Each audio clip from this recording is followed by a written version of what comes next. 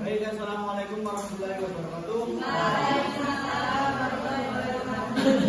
Selamat pagi.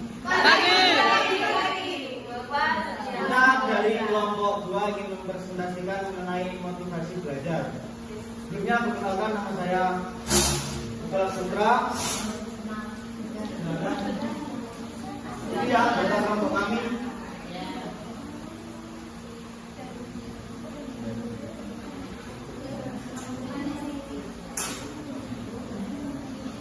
Oke, salah satu kata yaitu motivasi sudah tidak asing lagi bagi kami. Teman-teman ada yang mengetahui tentang kata dari motivasi?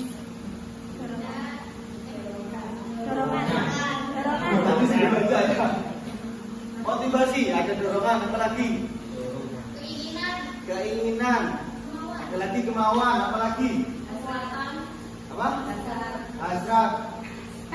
Terus, yang mencari 14 jawaban. Apalagi bermuatan. Oke, kita belajar bersama-sama. Bisa dibaca menurut KBBI. Apa itu KBBI? Kamus Besar Bahasa Indonesia. Motivasi merupakan dorongan yang timbul pada diri seseorang secara sadar atau tidak sadar untuk melakukan tindakan dengan tujuan yang kita inginkan. Jadi dapat diartikan motivasi adalah dorongan untuk melakukan suatu proses kegiatan. Motivasi belajar merupakan dorongan dari dalam ataupun dari luar. Jadi ada dua faktor. Yang pertama dari dalam yaitu internal, intrinsik. Yang kedua faktor eksternal atau ekstrinsik pinter. Kita lanjut ya. Nah, kita bahas mengenai dua tadi. Jangan saya saja, ini teman saya akan membahas mengenai dua faktor tadi. Silakan.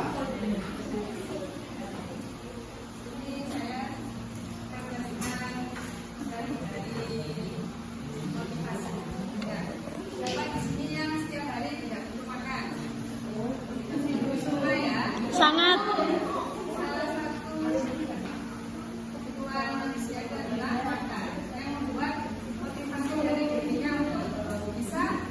Makan.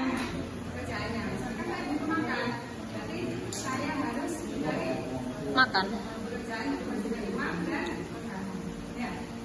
Teori motivasi belajar. Ini teori motivasi belajar ada dua. Ya. Ini yang dikatakan oleh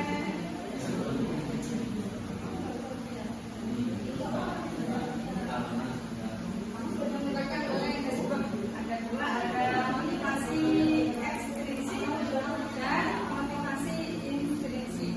Yang pertama motivasi ekstrinsik. Jadi ini semua konsentrasi. Motivasi yang terdapat dari diri sendiri, dari dalam diri sendiri, misalkan kemauan, terus keinginan. Ya. Misalkan ada contohnya pertama, keinginan menjadi seorang ahli. Jadi motivasi untuk menjadi seorang ahli itu dari dirinya sendiri. Dia berusaha untuk menjadi seorang ahli. Dua, contohnya belajar yang disertai dengan minat.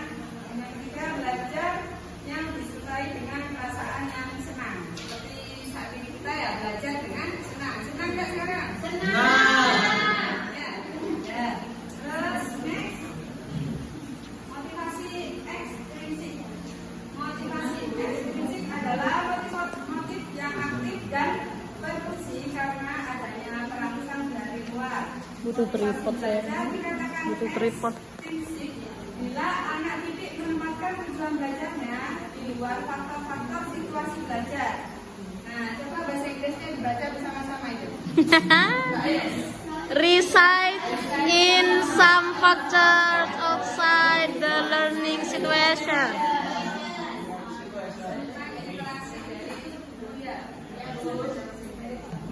Belajar karena tidak mencapai tujuan yang terletak dari luar hal yang belajarnya. Itu menurut Sardiman pada tahun 2012. Contohnya,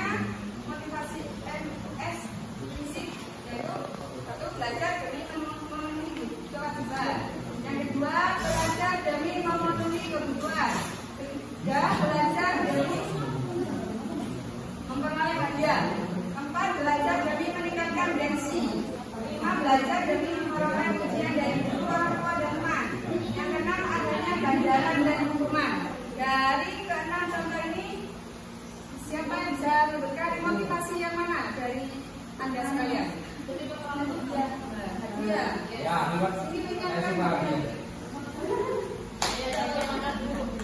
hadiahnya berupa tepuk tangan ya.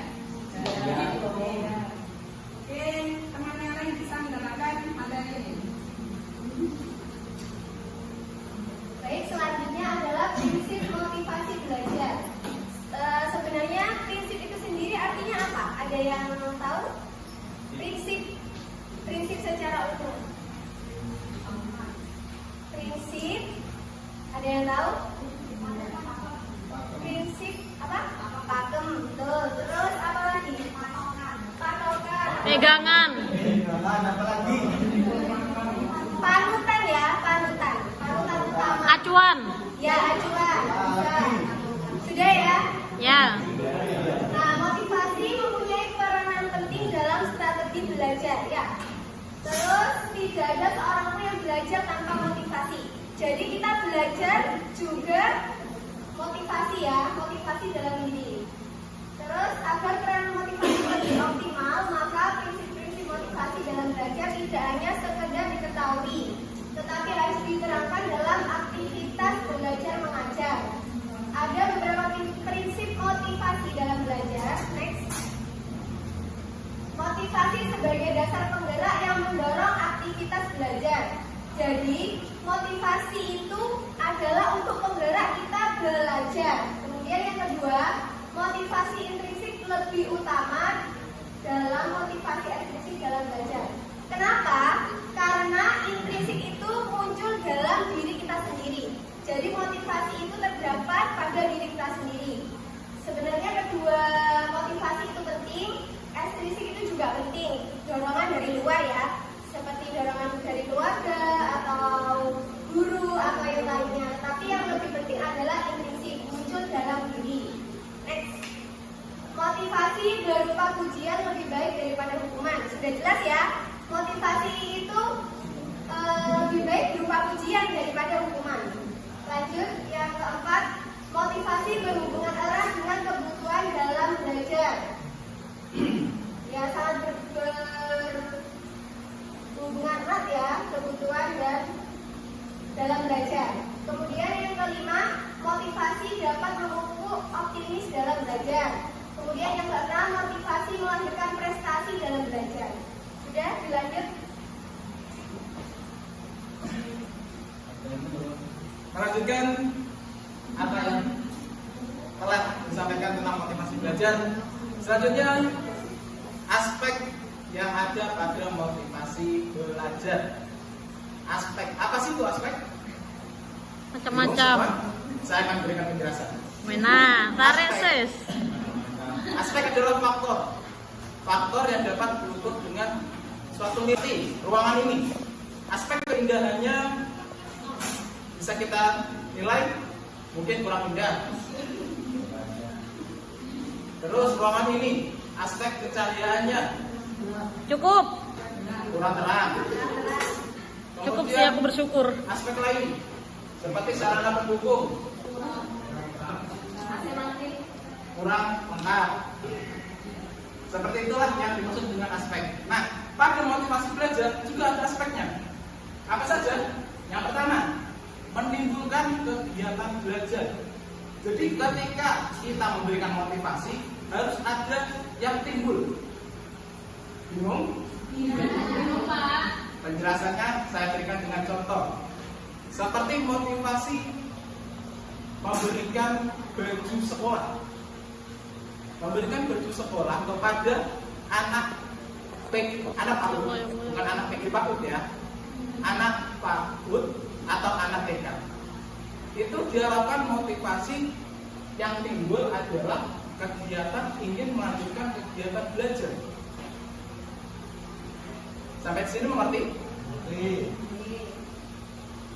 Kemudian motivasi belajar, aspek yang kedua, menjamin kelangsungan belajar. Seperti tadi yang sampaikan, motivasi belajar berupa pujian, berupa hadiah, berupa punishment yang berupa award kepada siswa. Award penghargaan kan? Reward adalah pemberian award penghargaan seperti pasal tinggi award. Ya. Menjamin keasuhan belajar. Jadi ketika kita memberikan reward kepada siswa, diharapkan motivasi itu siswa tetap mau untuk belajar. Tidak ketika pertengahan belajar, gimana malas, berhenti sekolah, atau sekolahnya sempit, tidak sekolahan, atau mungkin alasan lain. Sehingga motivasi belajar perlu adanya aspek yang dapat menimbulkan siswa tetap mau untuk belajar. Itu aspek kedua. Aspek yang ketiga adalah mengarahkan kegiatan belajar. Motivasi yang diberikan diharapkan dapat mengarahkan siswa untuk mencapai tujuannya. Seperti siswa sekolah selama 6 tahun di SD, tujuannya apa? Untuk lulus bisa melanjutkan ke SMP. Supaya mendukung tujuan itu perlu adanya motivasi. Motivasi apa? Ada contoh kan? Motivasi apa? Untuk mencapai tujuan tadi. Seperti contohnya siswa belajar yang tekun. Belajar tekun supaya nanti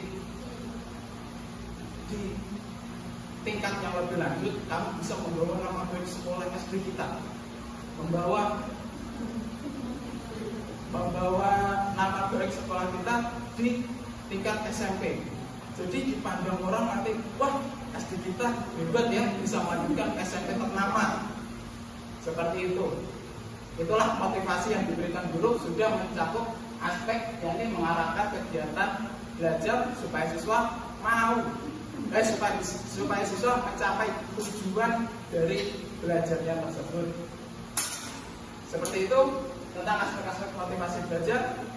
Berikutnya akan disampaikan oleh kawan yang lain. Silakan.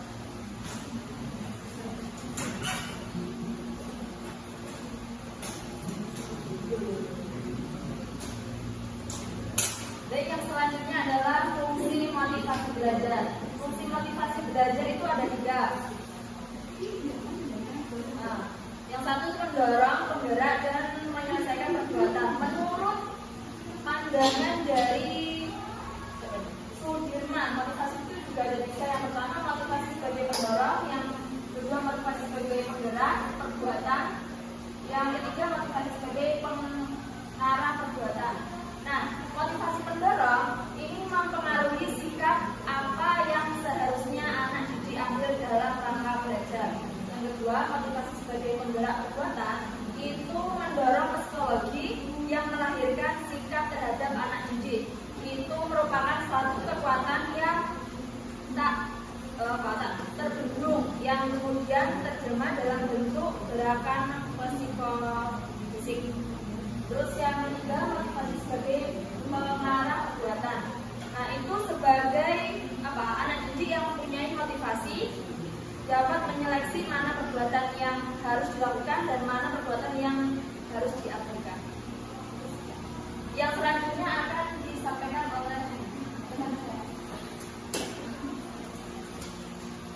Selanjutnya itu upaya meningkatkan motivasi belajar. Di sini terdapat 4 upaya yang harus dilakukan guru sebagai pengajar berhubungan dengan cara pemeliharaan dan peningkatan motivasi belajar peserta didik. Yaitu yang pertama, menggairahkan anak didik.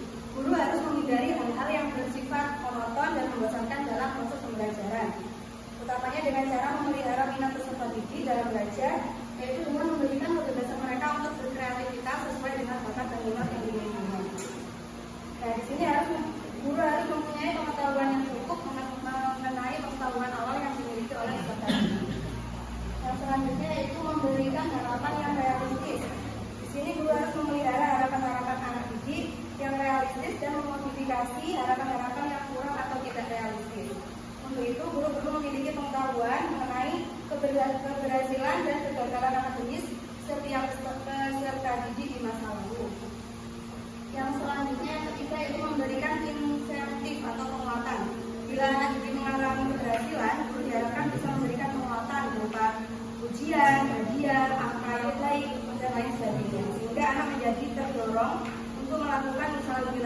guna mencapai tujuan pembelajaran.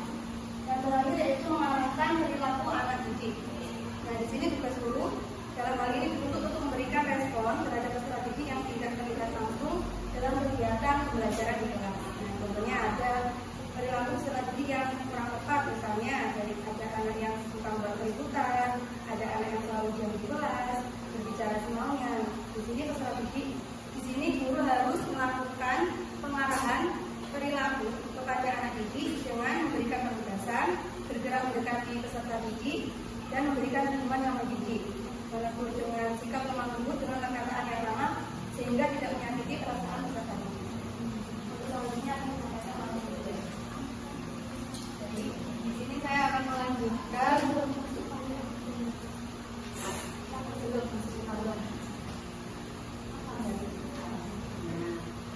dari keempat upaya itu ada beberapa ahli menyampaikan seperti Gade dan Berliner menyarankan sejumlah cara meningkatkan motivasi anak tanpa harus melakukan reorganisasi kelas secara besar-besaran, antara lain seperti memberikan ujian verbal, penggunaan tes atau nilai secara bijaksana, membangkitkan rasa ingin tahu dan hasrat eksploitasi, melakukan hal yang luar biasa, merangsang hasrat anak didik, memanfaatkan apresiasi anak didik, menerapkan konsep-konsep atau prinsip-prinsip dalam konteks yang unik dan luar biasa, meminta anak didik untuk mempergunakan hal-hal yang sudah dipelajari sebelumnya, menggunakan stimulasi dan permainan, memperkecil daya tarik sistem motivasi dan bertentangan, memperkecil konsekuensi yang tidak menyenangkan. Terima kasih. Oke, yang terakhir adalah faktor-faktor yang mempengaruhi motivasi belajar. Di sini yang pertama adalah guru. Jadi guru berperan dalam mempengaruhi motivasi belajar siswa. Guru harus bisa menyesuaikan efektivitas suatu metode pengajaran pada suatu materi tertentu. Pada suatu materi tertentu itu, guru harus menggunakan metode pengajar yang sesuai dengan materi yang akan disampaikan. Oleh karena sebab itu berpengaruh terhadap salah satu tujuan dari pembelajaran itu sendiri. Yang kedua adalah orang tua dan keluarga. Ini faktor lingkungannya sangat penting ya, karena tidak hanya guru, orang tua dan keluarga di rumah juga berperan dalam mendorong, membimbing dan mengarahkan anak untuk belajar. Yang terakhir, bukan yang terakhir, yang C, masyarakat dan lingkungan. Lingkungan ini sangat berpengaruh terhadap motivasi belajar. Pengaruh dari termasuk permainan adalah pengaruh motivasi yang paling besar. Karena seorang anak akan rajin melakukan kegiatan belajar secara rutin apabila terpengaruh dan terdorong oleh anak lain. Yang lain ada cita-cita, karena keinginan untuk sesuatu seorang anak, maka motivasi belajar yang dibutuhkan akan bisa mudah. Contoh saat anak bercita-cita menjadi seorang dokter, maka dia akan belajar lebih keras dan lebih giat daripada anak-anak yang lain. Lalu ada kemampuan siswa. Jadi kemampuan akan memperkuat motivasi siswa untuk melaksanakan tugas-tugasnya. Misal saat anak tersebut mampu mengerjakan soal tertentu, maka si siswa tersebut akan termotivasi belajar materi yang lain. Dan yang terakhir ada kondisi siswa. Kondisi siswa ini meliputi jasmani dan rohani yang sangat mempengaruhi motivasi belajar. Mungkin itu materi motivasi belajar dari kelompok kami. Dari teman-teman mungkin ada sanggahan atau pertanyaan, silakan. Atau tambahan, silakan Mbak. Saya akan bertanya di sini. Saya mau menyampaikan pendapat sekaligus bertanya ya. Jadi saya kan sudah mengajar di salah satu sekolah di swasta di kelas 2. Jadi di satu kelas itu terdiri dari 20 siswa.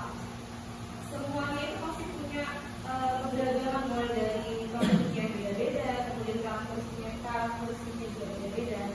Ketika tentang motivasi belajar ya, ketika yang lain yang menurut saya itu yang memungkinkan anak-anak itu juga progres, ada suatu siswa yang sampai sekarang itu dia masih stagnan di situ aja, dia nggak bisa lancar baca, dia nulisnya juga kembali belajar. Ketika saya lakukan pendekatan, kemudian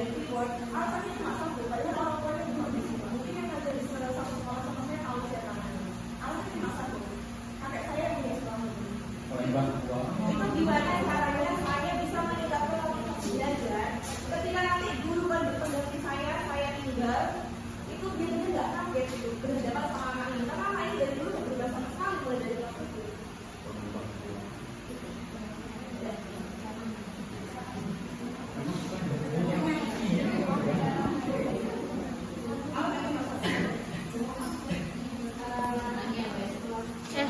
Besok yang punya tripod bawa ya. Kasihan, Re. Oke, terima kasih atas pertanyaannya. Saya ingin mencoba menjawab. Jadi itu kan kasusnya kan. Ayo nanya. Kasusnya itu siswa itu tidak mau karena kurang motivasi mungkin ya. Iya, mungkin dari orang tuanya. Jadi kita perlu faktor eksklusif juga. Jadi kita perlu saling melakukan pendekatan dengan orang tuanya juga. Kita bicara, misalnya anak ini di sekolah seperti ini, gitu ya. Tidak mau tahu. Sekolahnya bapak saya. Berarti orang tuanya harus motivasi. Jadi saya akan menambahkan peran guru itu harus kembali lagi bekerja sama dengan orang tua. Nah, di situ ketika kerjasama sudah tidak berjalan dengan baik, mungkin nanti bisa dikonsultasikan kepada lembaga yang memilikinya. Jadi perannya itu guru sudah Mediator lah. lagi, penanganannya ya mungkin bisa dapat dikatakan ampuh atau sombong kan, atau meremehkan, ya seperti itu. Mungkin dari orang tuanya juga sih bisa, karena komunikasi guru dan orang tua ini sudah tidak baik. Mungkin ya dari orang tua ini mempunyai kamu saya bayar jadi manut saya, mungkin seperti itu. Itu bisa menjadi PR buat kita semua, bisa mencari solusinya ketika kerjasama kita sudah tidak baik dengan orang tua. Mungkin ada pendapat dari teman-teman. Kalau seperti itu mungkin itu yang lebih ke kembali ke menanam karakter ke anaknya dulu, atau bisa dia ada kelompok khusus. Jadi ada paketnya yang jarang saya kan belum paham dari kan dulu sama saya, tapi pelajaran yang lain ada di sini. Terus saya masukan dari teman-teman saya yang lain bilang gini, ini misalkan untuk mengaji, dia itu nggak naik tingkat, ketika yang lain sudah naik tingkat, begitu nanti didapatkan, anak ini nggak bisa naik tingkat, memang nggak bisa kan, kita kan nggak bisa memaksakan kemampuan anak. Orang tuanya datang ke sekolah memarahi satu guru yang nggak mau naikkan itu. Ada kemampuan khusus atau apa ya, sikap kayak otoriter. Kalau aku yang punya yayasan, jadi anakku harus bagaimanapun nggak ada yang boleh memarahi, sedangkan kita kan sebagai pendidik juga gimana caranya kita untuk membuat anak menjadi bisa sebenarnya. Ya. Berarti mungkin kalau seperti itu bisa dibicarakan dengan kalau orang tuanya itu ada di situ sebagai biasanya lagi sebuah reservasi. Berarti mungkin bisa dikonsultasikan atau bisa berkoordinasi dengan betul kata Mas Putu tadi dengan pihak sekolah atau pihak kepala sekolah. Mungkin caranya dengan mengajarkan kepada siswa kalau menganggapnya ini bukan sekolahnya kakeknya, jadi kayak dia itu sekolah umum biasa, perlakuannya sama dengan yang lain. Jadi mungkin dari situ anak itu bisa termotivasi buat aku nggak bisa kalau harus mengandalkan kepunyaan kakek atau orang-orang tertentu.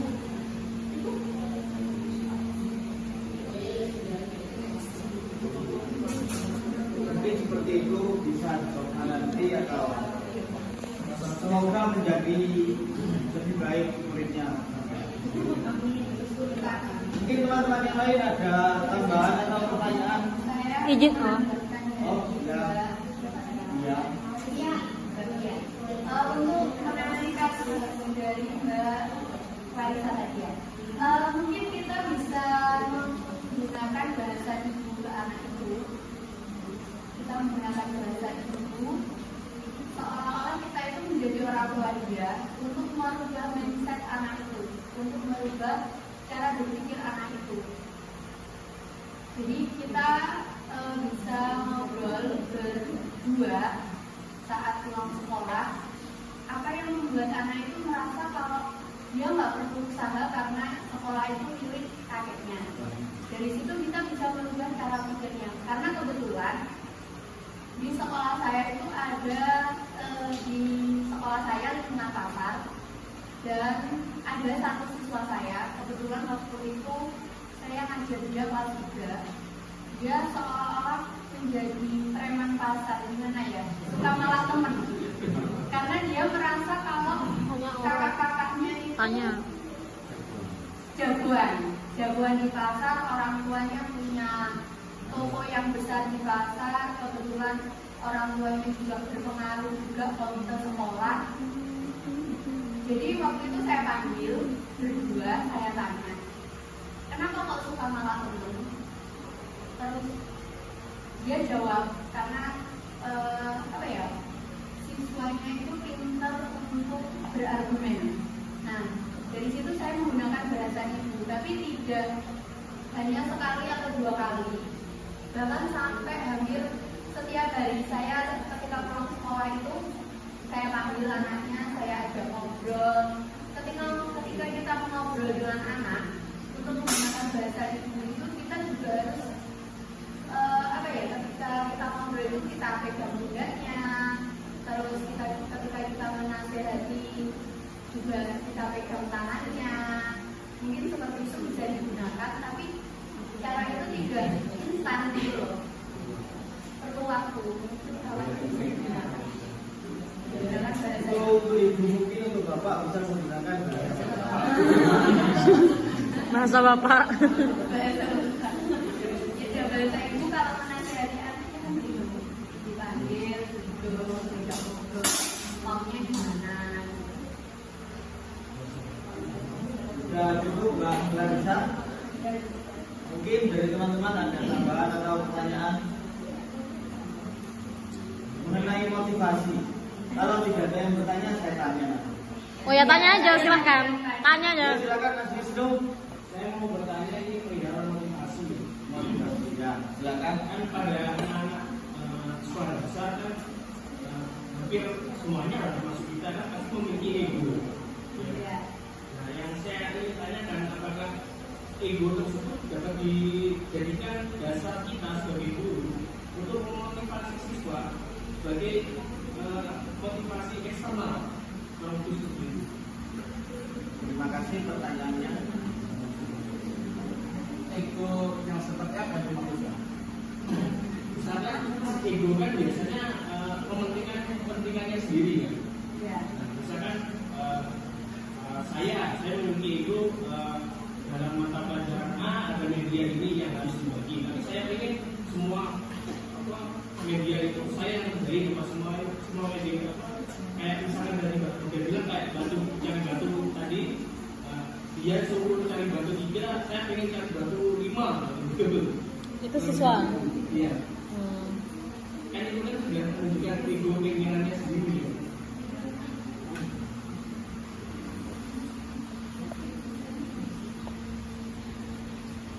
Kawarek, HP-nya apik kali.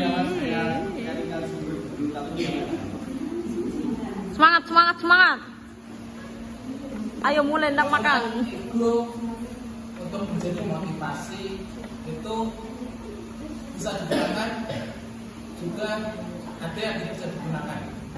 Ego yang menghasilkan nilai positif bisa digunakan, seperti contoh ego tadi ingin mengerjakan sesuatu, tapi kita menyampaikan ke siswa tidak, ayo semua berjalan sendiri, jangan perlu bantuan orang lain, tidak.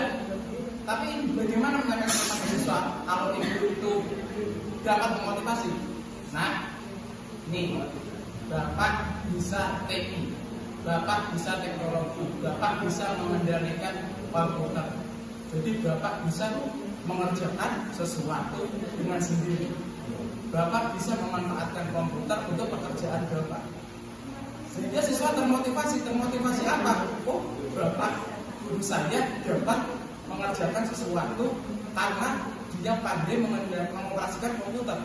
Sehingga siswa muncul motivasi belajar, aku ingin terus belajar supaya menjadi seperti Bapak Wajahmu. Guru yang pinter mengoperasikan membuka seperti itu. Tapi jika ego yang disampaikan ke siswa, nah semuanya harus kamu kerjakan sendiri, nggak usah pakai bantuan orang lain. Nah, kamu mengerjakan pakai cara sendiri, nggak usah pakai cara orang lain. Ego yang seperti itu tidak bisa diterapkan sebagai motivasi. Yang diterapkan tadi kemampuan yang dimiliki Bapak Guru dalam mengerjakan dijadikan motivasi untuk siswa. Dan ego yang kurang baik seperti yang saya sampaikan barusan tidak bisa dijadikan motivasi terhadap siswa. Seperti itu, Mas. Bagaimana? Jadi intinya ego itu bisa dimanfaatkan, cuma tergantung egonya seperti apa. Bagaimana guru tersebut mengendalikannya? Bagaimana guru tersebut ingin mengaplikasikan egonya sebagai motivasi? Apabila salah mengaplikasikan, hasilnya siswa menjadi kurang baik, menjadi memiliki ego yang sama, ego yang kurang baik. Tapi jika mengaplikasikannya dengan benar, seperti contoh yang saya sampaikan tadi, siswa menjadi termotivasi dengan lebih giat lagi dalam belajar. Seperti itu. Izin sih saya boleh nyampaikan. Silakan. Boleh. Mbak. Suaraku keren di sini berarti. Jadi kalau kasusnya seperti tadi ya, memang guru tuh punya peran yang penting lah. Mungkin misal dari instruksi dari guru itu nyari batu 3, dia nyarinya batu 5 gitu kan. Mungkin yang bisa kita lakukan adalah mendekati anak itu. Oh, kok batu kamu itu semacam inilah ya, mendekati dulu.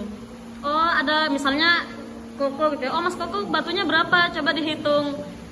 Dihitung ada 5, Bu. Oh, 5 ya. Tadi kalau nggak salah instruksi dari Ibu berapa? 3. Oh, berarti punya Mas Koko ini salah atau benar? Nah, bisa seperti itu. Kalau sesuai instruksi, iya benar 5 ini gitu kan. Jadi kita tidak langsung mematahkan hasil kerjanya anak, karena kalau kita langsung mematahkan disitulah kita sebenarnya membunuh kreativitasnya anak. Atau bisa kita tanyakan, oh kenapa kok Mas Koko ngambilnya 5? Iya Bu, soalnya saya suka angka 5. Oh gitu ya, kalau angka 3 seperti apa? Bisa seperti itu. Jadi betul-betul harus hati-hati, karena memang dari kalimat yang kita lontarkan kepada anak itu akan menanamkan konsep juga kepada si anak itu gitu. Jadi penting bagi kita untuk benar-benar nggak membunuh karakter kreativitasnya anak itu. Mungkin seperti itu sih. Itu dari Frida. Baik, cukup untuk menyusun. Mungkin dari teman-teman ada tambahan atau Ya aku nggak tahu.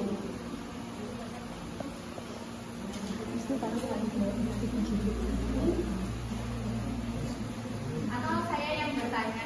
Iya boleh, silakan. Ini banyak yang mau jawab. Ada yang mau bertanya? saya ingin mengetahui motivasi kalian menjadi seorang guru. Sudah tidak asing lagi, pertanyaan ini sudah ada di esai kemarin. Tapi mungkin bisa sharing-sharing motivasi kita. Saya minta 2 orang, 1 laki-laki dan 1 perempuan. Silakan yang ingin menyampaikan motivasinya.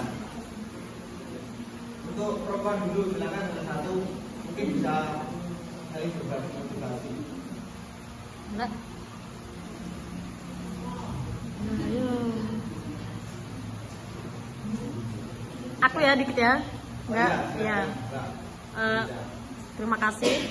Kalau dari penjelasannya teman-teman tadi, motivasi yang paling baik itu adalah sebenarnya motivasi yang ada dari diri sendiri kan. Yang datanya dari diri sendiri. Karena kalau motivasi itu dari luar, bisa jadi nanti kita akan kecewa atau ada hal, kalau itu tidak ada, bisa jadi motivasi kita juga hilang. Nah memang ada juga teori yang bilang itu memang motivasi yang paling baik itu motivasi dari dalam diri. Nah kebetulan kenapa saya kok pengen jadi guru, sebetulnya saya nggak pengen lah jadi guru itu. Karena jadi guru itu sangat bingung lah ya, tanggung jawabnya gede, kemudian ribet kan. Cuman dari pengalaman saya kemarin-kemarin yang sempat mengajar, kemudian saya merasa ilmu saya kurang lah ya. Karena ilmu saya merasa saya kurang banget, akhirnya saya ikut PPG biar saya belajar. Biar apa? Ketika saya menjadi seorang pendidik, saya benar-benar paham tugas seorang pendidik itu apa, dan saya bisa profesional gitu. Karena apa? Nggak main-main sebenarnya profesi kita. Kenapa? Karena kita yang akan secara nggak langsung tuh, kita sebagai seorang pendidik, kita yang akan mengarahkan Indonesia ini akan kemana. Kenapa? Karena generasi kita itu kita yang membentuk gitu. kalau generasi yang kita bentuk itu ternyata kurang lah ya karakternya, apa yang terjadi ya otomatis negara kita juga akan bengkok gitu. Kenapa? Karena pendidikan itu sebagai tombak, ujung tombaknya sebuah negara untuk maju atau enggak, seperti itu. Berarti intinya membentuk generasi yang lebih baik. Oh iya, misalnya bikin anak 5 gitu kan. Saya harus bertanya ini aku minta penilaian teman-teman ya. Oh enggak. Gini, jika ya kita membahas motivasi ya, motivasi apalagi pas untuk PPG kita bahasnya itu PPG. Gimana ya kita lihatnya apabila kita mengikuti PPG-nya, kita motivasinya itu tertuju sama insentif, gitu. Dan contohnya, apakah itu bisa disebut motivasi kita? Walaupun itu PPG kita contohkan motivasi insentif itu. Ya, misalkan kalau seperti itu apakah bisa disebut itu sebagai motivasi? Apa itu motivasi yang salah? Kayaknya Mas Vicky lagi menceritakan diri sendiri ya. Mungkin itu salah satu tujuan kita, mungkin ya, kemungkinan. Enggak sih, enggak salah. Kemungkinan. Enggak salah. Tidak semua.